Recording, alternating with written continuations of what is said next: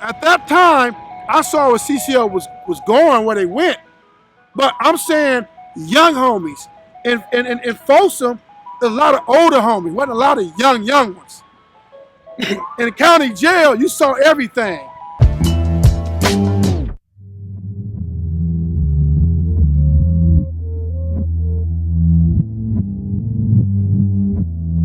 For the dime moves in the lokes, for the 6-4s on spokes, for the OGs that did a dime, came back around on parole. For the homegirls with the scrap game. Lil' homies that gang bang, from Pelican Bay to YA, rearrange your mind frame. Yeah, I know what you been through, shit you had to go tend to. Your mama gave birth on the turf, I was the founder.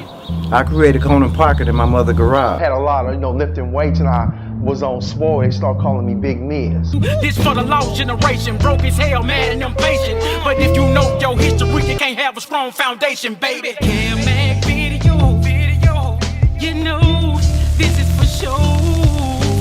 kevmacvideos. I experienced some different shit. So what I did, I had everybody doing burpees early in the morning. Machine in motion. And I start educating different hoods about keystering.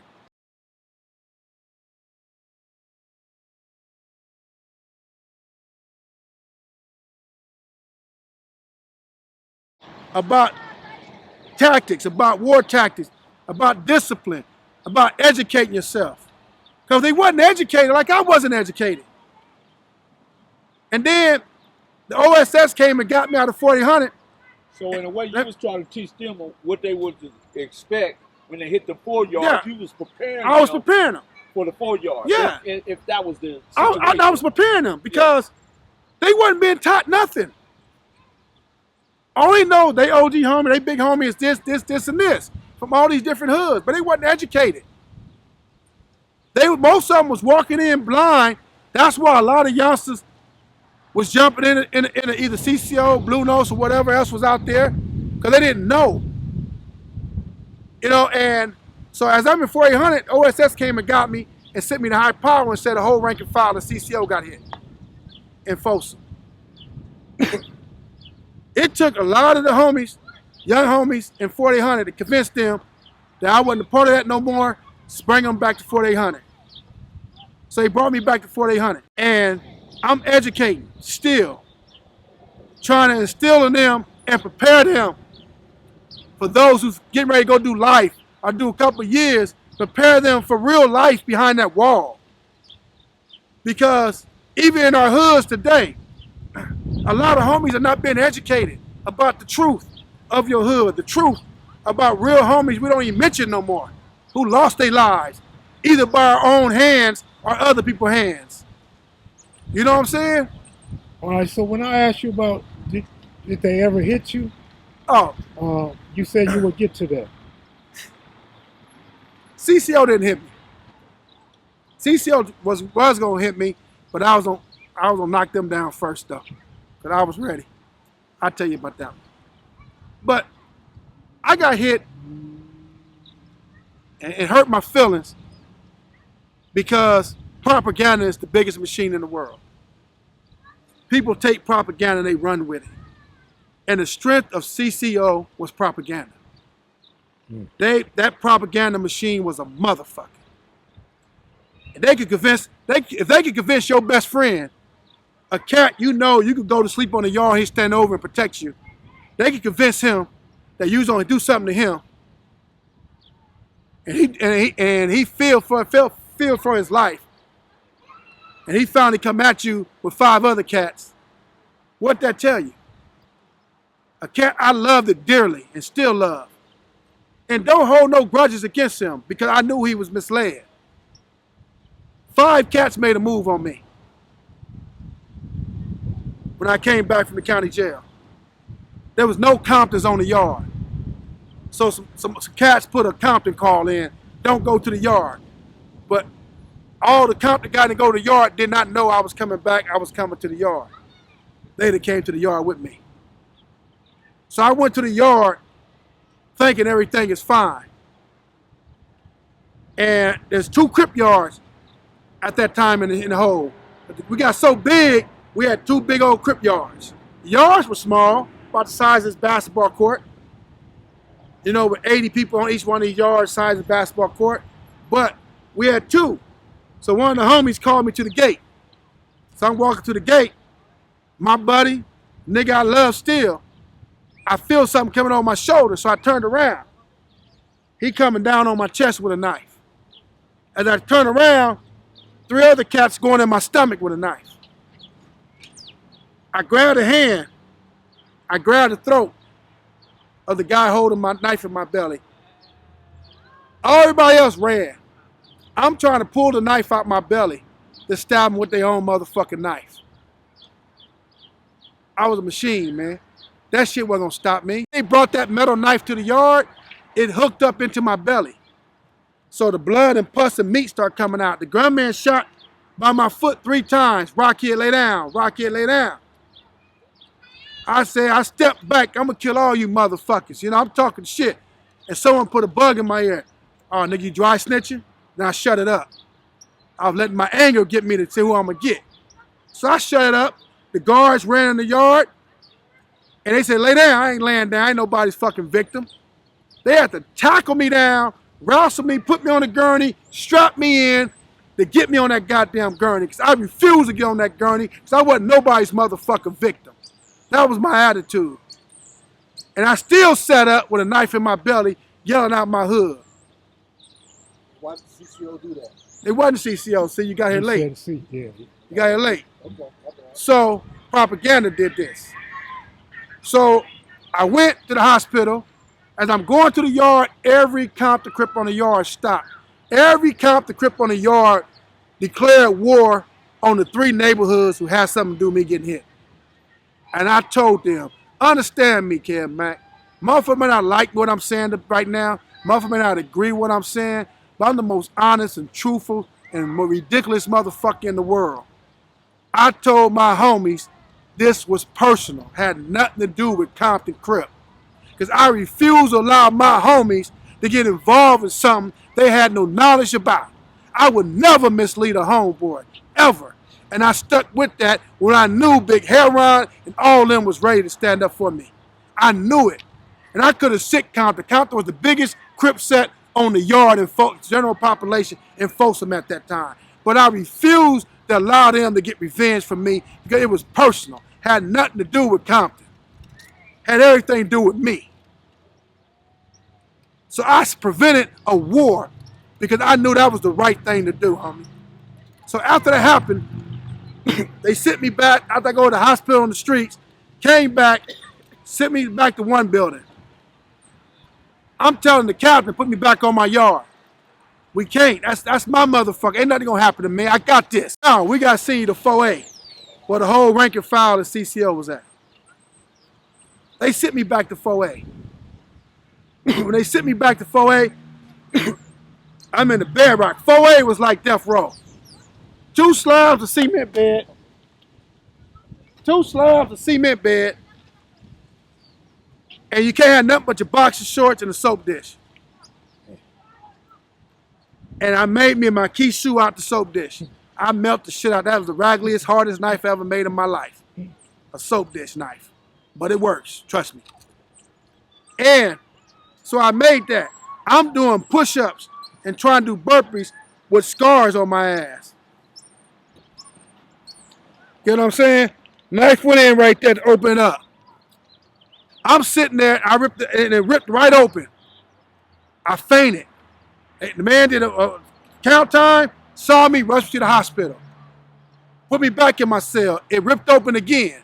So I'm mentally and physically preparing myself to go to a yard when I know I'm gonna be a dead man. I knew this. But I'm trying to prepare myself mentally and physically to be ready. Ship is all strung out on heroin.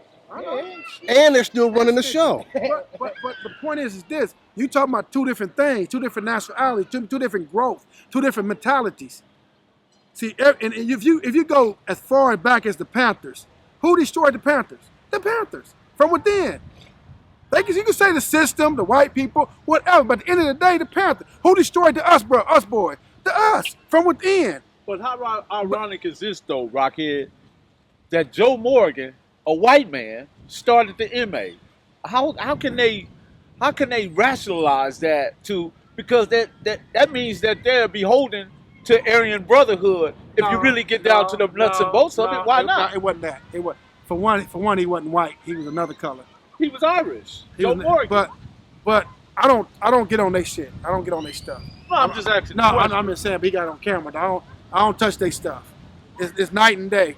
All I'm saying is with the black, brown, in prison life, you had at one point the BGF was the dominant black thing. They was a machine in the early 70s. It was a gang of grown men that was killers. And then they said they would never fuck with a white girl, never touch dope. Everything they preached against, they start using their own shit, going against their own shit. Right. In Crips, as I said in Tracy in the beginning, we had nothing. It wasn't a lot of Crips there. So when you pulled them out of CCO, was there a domino effect? As I said earlier, when I say there's no more CCO, all the Compton Crips go home, 90% of Compton step back. 90% of Long Beach insane. Papa said Long Beach insane. You had in that meeting, we had about 80 people on the yard. You had about 25 different neighborhoods, about 30 different neighborhoods, and 90% of them neighborhoods to step back. So CCO dissolved in 86. No. Technically, I said it dissolved. I say no more CCO. Personally, the rank and file said I couldn't do it by myself, and it's still CCO. You get what I'm saying? But when the rank and file came back from county jail to the yard, they all warred against each other. The ones who stepped back and the ones who didn't step back, who still followed the rank and file. So they all hit each other on the yard. You get what I'm saying? It was an actual war for the ones who stepped back and the ones who didn't step back. So it was a civil war within CCO. Yes. What was the outcome? The outcome was rank and file kept doing what they doing, and those who said they wasn't with it no more. So you maybe lost 60%, 70% of CCO at that time. The ones who left CCO, where did they go? To their neighborhoods. What about Blue? I can't speak on that. See, you try to see. I wasn't that. I know nothing about how they started, when they started. I know anything other than they existed. My thing is, we here when CCO dissolved, a lot of the rank and file joined the Blue Notes. No. Shit, half the rank and file got out in the last 3 years. Because you crazy? No. I don't say no names. But the rank and file, the core rank and file, the Central Committee, not one of them turned Blue Note. Not one. I can't speak for the sub. I can't speak. I don't know who was on the subcommittee in all them other prisons. I don't recall their names. I don't know what they did. But the core and the heart and soul of CCO rank and file was on Folsom 1 yard with me. And they didn't turn. So what happened to Big James during this time? James was a hell of a motherfucker. Rest in peace. I even sent letters to his board. James, at that time, he left when that happened. Trying to think back. He left when that happened. He went to another prison. He transferred to another prison. When that exactly happened, James wasn't on the yard no more. Again. So you're speaking of 1 yard? No. We control all 16 prisons. Don't get this shit twisted. Don't get this shit twisted. We control all 16 prisons. So I'm saying, all of them. In 86, when all this was happening in Folsom, we sent word to all the prisons. Yeah, all the prisons. A lot of people stepped back and some didn't. You had people loyal to key members of that Central Committee. Straight loyal. Some homeboys from their hoods, some just loyal to the oath. Even when you deal with an oath, I'm gonna tell y'all about an oath. When I took the oath. Even when I dismantled it, this would happen on an actual yard after I dismantled it. I pulled a meeting with everybody who stepped back. There was a whole lot of us, about 60 of us. I said, listen, we going back to our hoods, but by law and by rights, when we took that oath, we're no longer from our hoods no more either. What was the oath? Nigga, you got to take an oath to join. There was an oath. You know what a fucking oath is. I want to hear it. You know what the oath is, man. I ain't gonna get in that detail. You know what the oath is, man. Shit. You read some shit, you do. But when I personally took that oath, that's what I told the meeting after I dismounted it. I'm no longer a Compton Crip. Because once I took that oath, I said I'm no longer a Compton Crip. Because that constitutional oath told me this is what I'm obligated to, this is what I am from this moment on. So when I pulled a meeting, it's my responsibility and anyone else who was CCO responsibility from Compton Crips is to teach and educate our youngsters to become the next leaders as Compton Crips, not as CCO. That is our only sole job.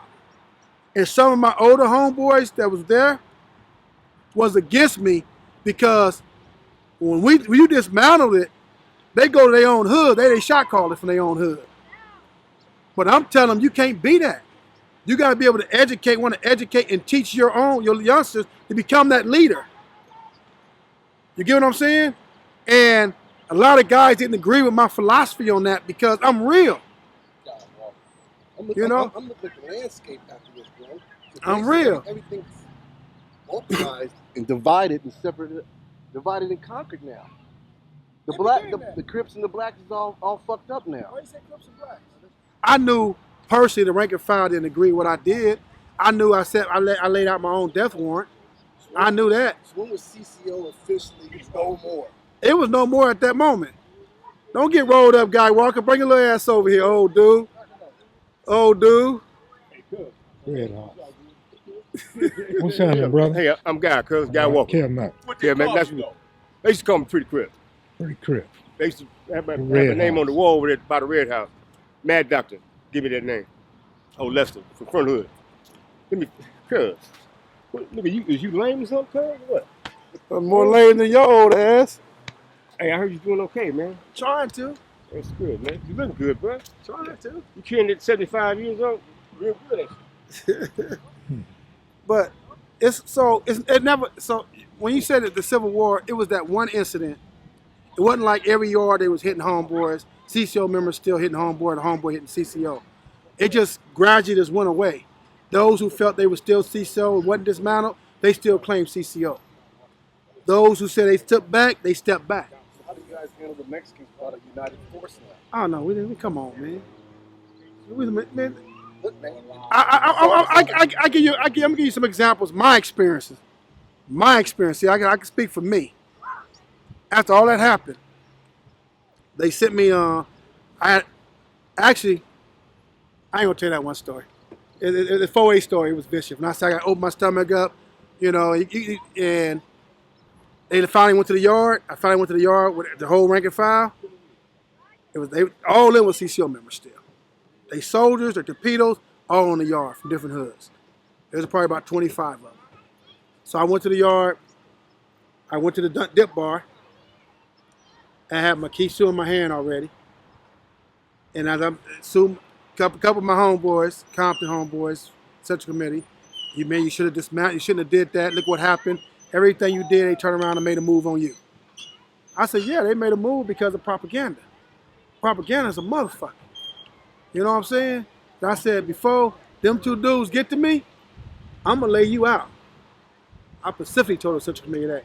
Before them motherfuckers, they creeping behind me, I'm going to lay you out and I'm going to lay your ass out. And at the same time they doing it, I'm taking the plastic off my Kisu. And the guard said, Rockhead Johnson, come off the yard. In 4A, when they say come off the yard, they put a round in the chamber. They put a round in the chamber, everybody like, okay, you buzz, you gonna get shot. I'm not knowing why I'm coming off the yard at that time in 4A. It was a special committee hearing. A special committee hearing. It was a Tucson injunction kick out. Anybody in the hole unjustifiably for over 3 to 4 years, they had to kick you out the hole. A Mexican dude took him to court by keeping us I was in the hole for 7 years. Keeping us in the hole for all that time, we didn't catch no new cases. So he won the case, and they happened to kick me out the hole. The same day on the yard, either I was gonna die or kill somebody. I go to the committee, they kick me out. They let me out of 4A. When they let you out of 4A, it's like dead man walking. Everybody got squat down. Why do somebody come out of 4A? Put me in one building, mainline side. I was so popular in the wrong way, and I went to, shut up y'all. I was so popular in the wrong way. When I went to chow that night, the Mexicans and whites wouldn't feed me. The blacks had to sit behind, jump behind the try line to feed me. And they put some dude in my cell. He was a young rip, didn't know no better. And I was gonna cut his throat until my homeboy from his hood, like, Rocky, I get him out your cell, man. He don't understand. You know, took him out my cell. And they put this pimp dude in my cell. I couldn't stand pimps. From up north. I couldn't stand pimps at all. So I told him he don't get out my cell, he don't get a pencil somewhere he ain't gonna like. Where's he from? I don't give a fuck where he's from. I didn't ask him. He's a pimp. He had long hair and he had nails and shit. Talking about, what's up, man? Couldn't be in my cell. Had to be a homie. And then they sent me, Heron got me in his cell, one building. So that day, I pulled a meet with every rip on the yard. I need 2 representatives from every hood. A homeboy from Hoover, he approached me. Compton and Hoover got the biggest hoods on the yard. We got to come together. I said, no, I can't do that. That's why I asked for 2 representatives from each neighborhood. I pulled a meeting by where the boxing court gym was at, ring was at. And I said, I know everybody tripping. I said, I ain't got no issues. I'm here for one reason. I said, for one, I got issue with him, and him. They know what my issue is. Had nothing to do with Compton. Had nothing to do with your hood. Now, if your hood gonna support him, then Compton gonna do what they supposed to do. But this is the issue I got with these 3 different dudes representing 3 different hoods who has something me doing me getting stabbed. And that's what I told him. And I said, other than that, I'm here for the police, the Mexicans, and the whites. I knew I wasn't gonna be on the main line that long. I knew me. I like stabbing people. So I went back after the meeting. Some other shit was said, but we fixed it. After the meeting, went to my cell, me and Heron. We had like 6 knives in a trash can. 2 in the morning, the police came. Rockhead Johnson come out of us all. I said, Heron, I take the knives. They didn't even search the cell. They put me on the bus with 36 Mexican mafias. Man. By myself. The rank and file. Some of the names I named, people would be like, for real? Yeah, but I ain't gonna name their names. No, I can't do that. I don't. See, you gotta understand about this life. I got 6 daughters to take care of. I ain't gonna be in their business. I can lay some shit out. I don't be in their business. That's their business. But they put me on a bus with 36 Mexican mafia, only black. That's when the birth of New Folsom was open. When New Folsom, they put me in the day room with all of them. They put me in the day room. They get everything from the cops. I ain't getting nothing. The head Mexican walked up to me. Chalet, do for him what you do for us. He had to give me all that shit. Went to my cell. All I had was a soap dish. Made a knife out of that soap dish. Same way I made it in 4A. Black guard came to me. Warden wants you dead. He had trash cans full of kites. Said you're going to hit police, Mexicans, and whites. Trash can full of kites. Trash cans full of kites. Serious. It was that serious. That's from that speech you gave. Yeah. Trash cans. I said, man, I gotta go to the yard. Rock, please. Guard, little young guard, please don't go to the yard. I said, I gotta go to the yard. I'm Joe Rockhead. Got to.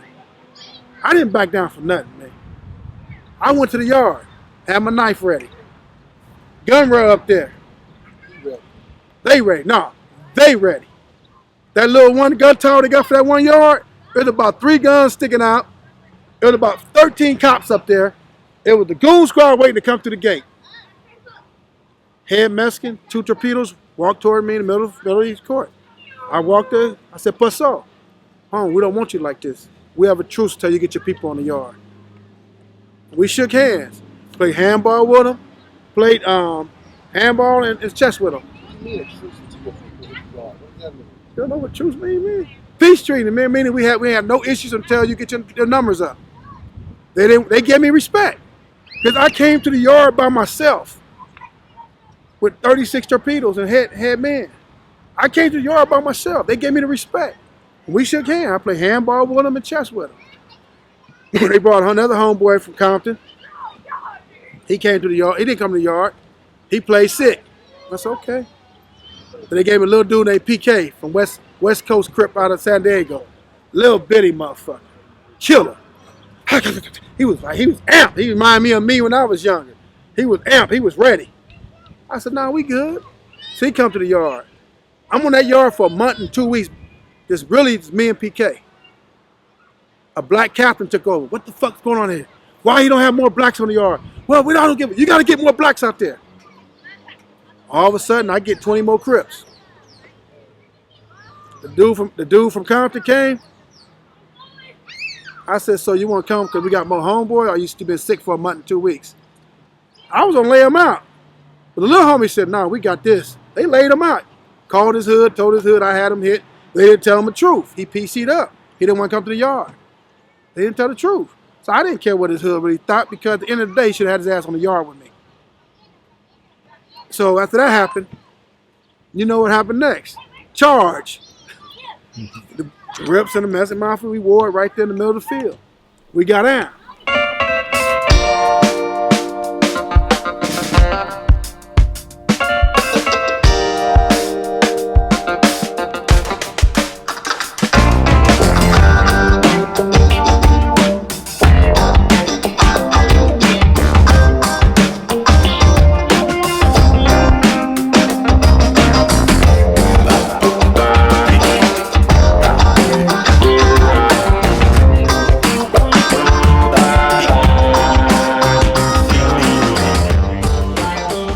You have to understand this too, though, Rocky, because both Crips and Blood was both born out of mercurial mindset. It was an unpredictable, unstable, all of a sudden movement or something that's not stable. You understand?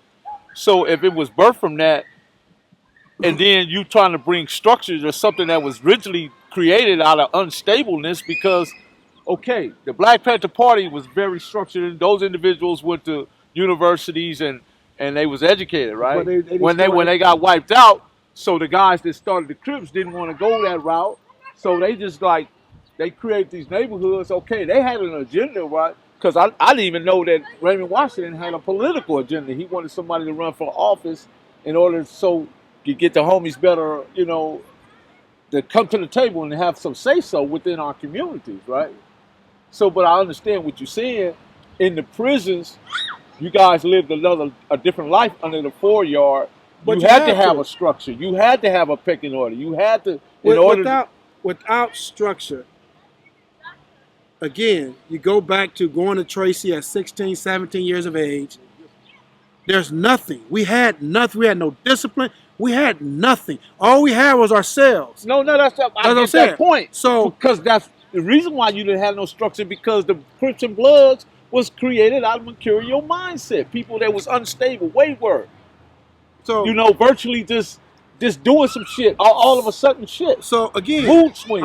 So again, what made me become part of CCO was the structure.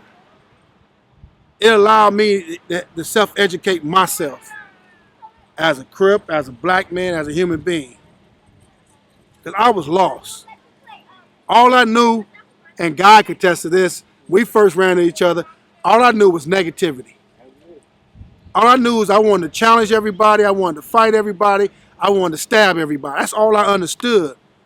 And that was based on seeing how other people was being misled, how other people was being treated. When they call somebody OG homie or they big homie, and that big homie is looking at them in a foul way or come up under my wing, that shit ain't being a big homie. So here's the $1 million question, right? Hold on, a big homie is supposed to educate you. A big homie is supposed to teach you the right thing, the right and wrong. A big homie is when a young homie come to you and asks, what was CCO? And you explain to him why you became a part of it, what was the good parts about it, what was the fucked up parts about it. Because it wasn't all bad. It became bad at the end. Okay, here's the $1 million question. Being that you went through all that and everything, how was Jim Brown able to get through all that and reach you and give you the American Eye Prayer program, and you became a student and a leader and an innovator in that movement? How did all that come about?